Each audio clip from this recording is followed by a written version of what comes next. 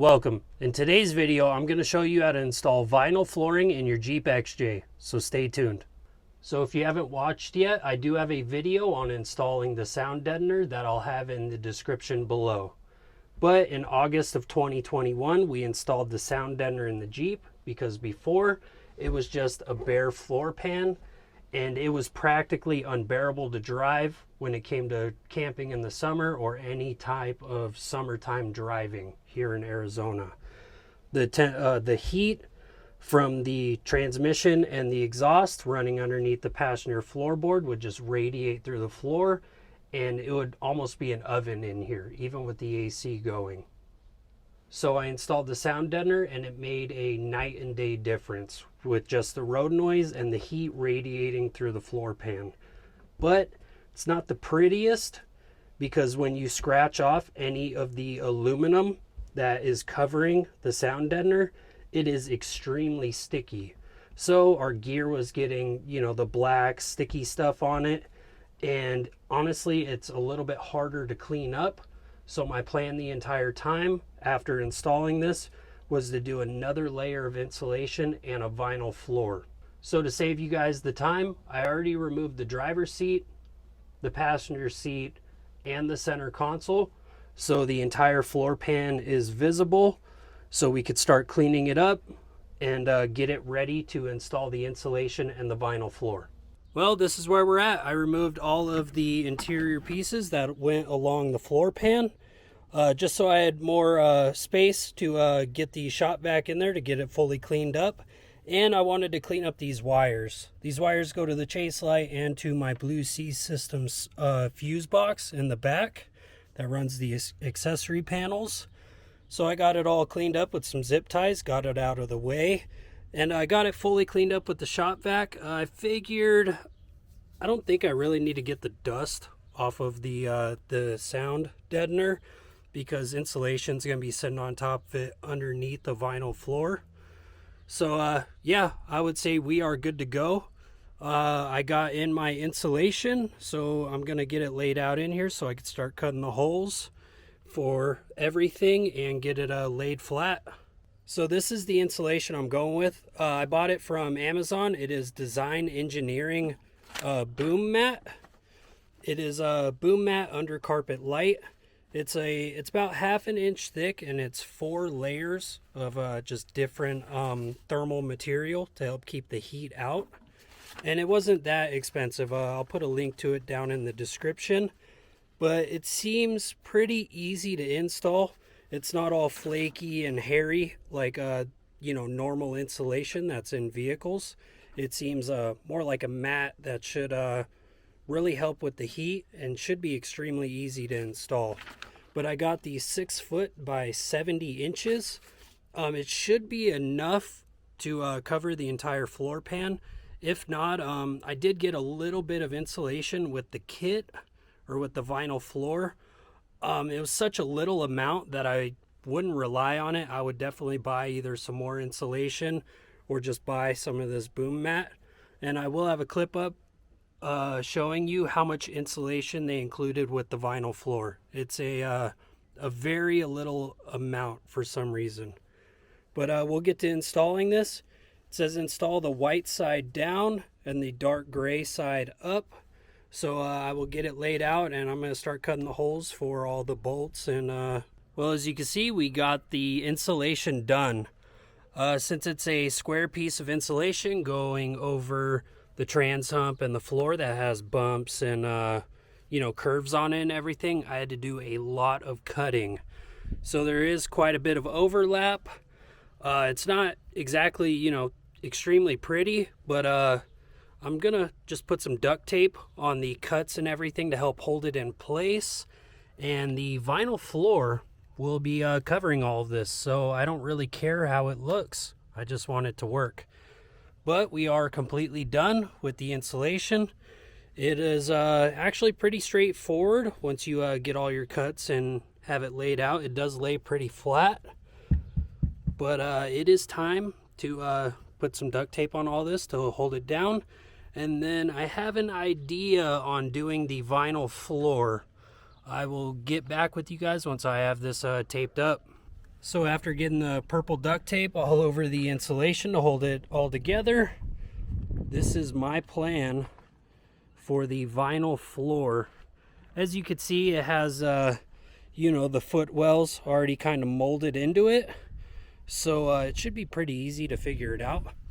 But my plan was I'm gonna measure exactly half, you know, whatever the width of the entire sheet of vinyl is. I'm gonna measure half, and then that's where, you know, the center line of the Jeep will be. And I'm gonna measure from the firewall, or from the spot where the vinyl floor will go, to where the gear shifter is. So let's say it's 15 inches. I'll measure 15 inches in and make a mark, or I'll do a small slice on the vinyl, and then that's where the gear shifter will go. And then for the four-wheel drive lever, I'll, you know, measure, I guess, you know, however many inches it is away from the two width-wise, and then I'll measure the length from the firewall to that, and then I'll do a cut to where that will go. And then I will do the same thing for the e-brake.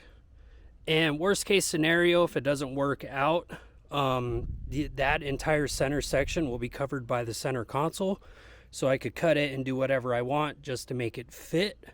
And then once the gear shifter, the four-wheel drive lever, and the e-brake are all cut out and it's all laying flat, then I will trim around the edges to get it to length, so then we could start putting the Jeep back together.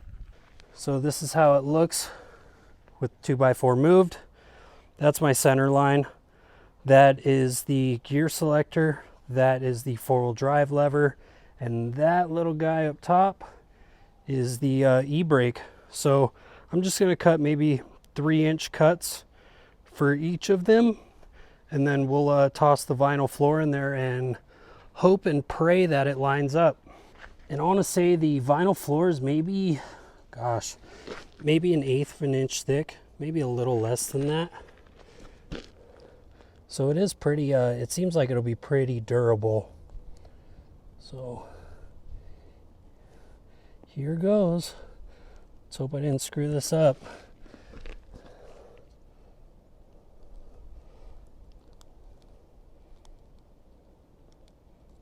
All right, and the final cut.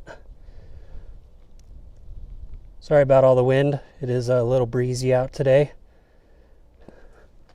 Let's see if we got those. Cool, got that cut through. Oh, so close for that one. Let me get that bad boy cut again. Sweet. That went through, and then this one almost all the way through. I'll hit that one more time. Cool. That is good to go. So I will get this vinyl floor tossed into the Jeep, and let's see if it lines up. If not, yeah, kind of SOL. And if it does line up, sweet. Well, this is where we're at with the vinyl floor install so far. What I have learned, and I could pass on to you guys, is make your marks, but do not cut, just in case if you have to get rid of any of the paint, because it takes a lot of trimming and adjusting to get this to sit just right how you want. Like the issue that we're running into right now is up here, the vinyl floor is running into the firewall, but it's leaving some of the insulation right here exposed. So what we have to do is pull the vinyl floor back. I have to trim it to go along the firewall so that it goes higher up on the firewall over here to cover the insulation. We did trim off quite a bit. That's why I'm saying do not cut your holes yet, because you'll just have to make the holes larger. So that's why I'm happy I just did slits in it, because it makes it so it's still hidden with the center console on there. But once we get it fully figured out, I'll be able to cut these larger around the brackets and the floor so that everything fits and moves just fine. But that's the point where we're at right now. We're just going to keep trimming it so that it keeps getting closer up the firewall and covering more and more of this insulation. Once we get to that point, it's just trimming off a lot of excess. I mean, there is probably 4 to 6 inches of excess all the way around, other than right here. There's well over a foot. But yeah, there's easily 4 to 6 inches of excess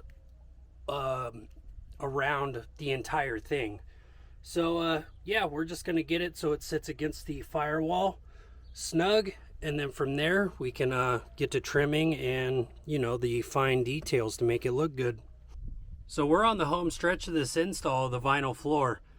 You need patience for this project for sure, but everything is coming out great. Everything is sitting as flat as I could get it, and I am extremely happy with it.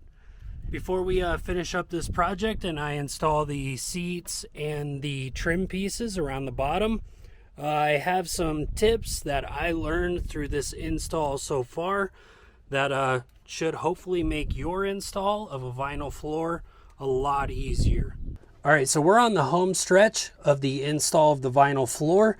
We only have a couple things left, but I figured it's a good stopping time to let you know a few tips and tricks that would make the install of a vinyl floor easier in your Cherokee. The first one is get a heat gun, because a lot of this vinyl floor is bubbly and it just doesn't want to behave because it's a little bit thicker vinyl. So using the heat gun to get it nice and warm or hot to kind of mold into place in some of these curves and you know how the trans hump goes and everything, it made it a lot easier and a lot less time consuming.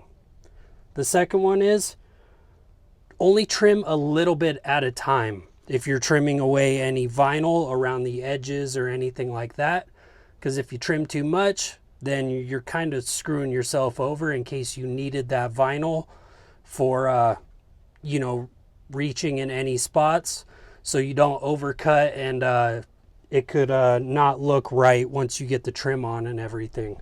Another one is get plenty of razor blades and a good pair of scissors, because with the scissors, cutting through the vinyl was really easy, and same thing with cutting through the insulation.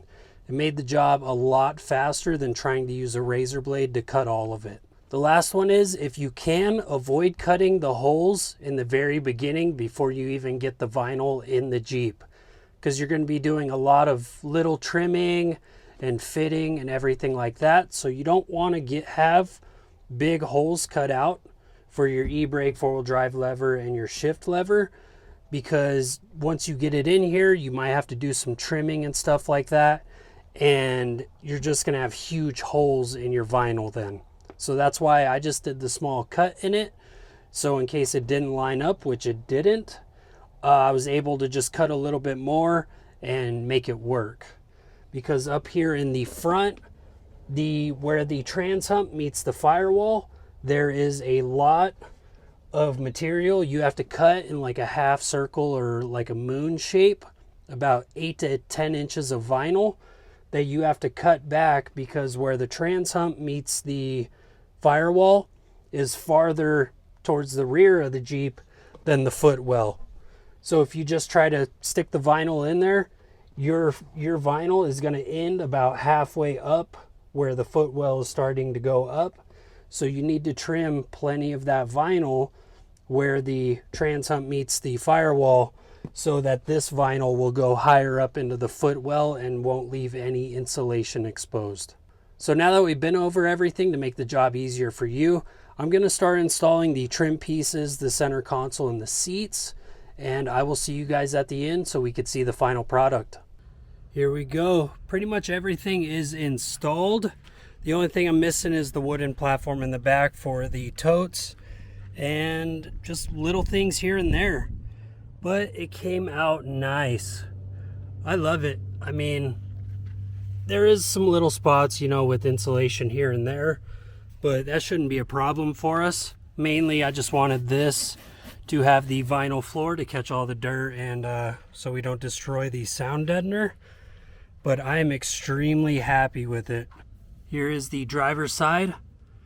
I will say that, I've never installed a vinyl floor in a vehicle before, so I'm pretty happy with this being my first time.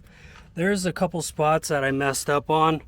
Like I trimmed this a little bit too much, so you could kind of see the insulation.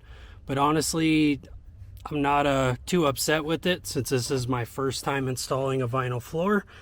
And then here with the bolts, you can see a little bit of insulation too. I know it's not going to be perfection just because, it is my first time installing a vinyl floor, but it should do the job. So that's all that really matters to me. And I did have to cut it back here because it would not curve with the transmission hump. So I cut it and glued it and it came out great. So I'm going to say we're pretty much done with this project. And I love how it looks with the PRP seats and the tan interior and now the vinyl floor and then the black headliner. I think it all of it really goes together and it looks awesome. So I'm extremely happy with it. I can't wait to go out and hit the trails and see how it does with getting all dirty and messy. And on that note, I want to thank you guys so much for watching. Please like the video. That helps us out a lot on YouTube. Also, subscribe to the channel if you want so you can stay tuned for more of our DIY videos, our trip videos, and our product reviews. And also, if you've installed a vinyl floor in a vehicle before, comment down below and leave some tips and tricks for future people that'll watch this video. I'll see you guys in the next one. Have a good one, you guys. Bye.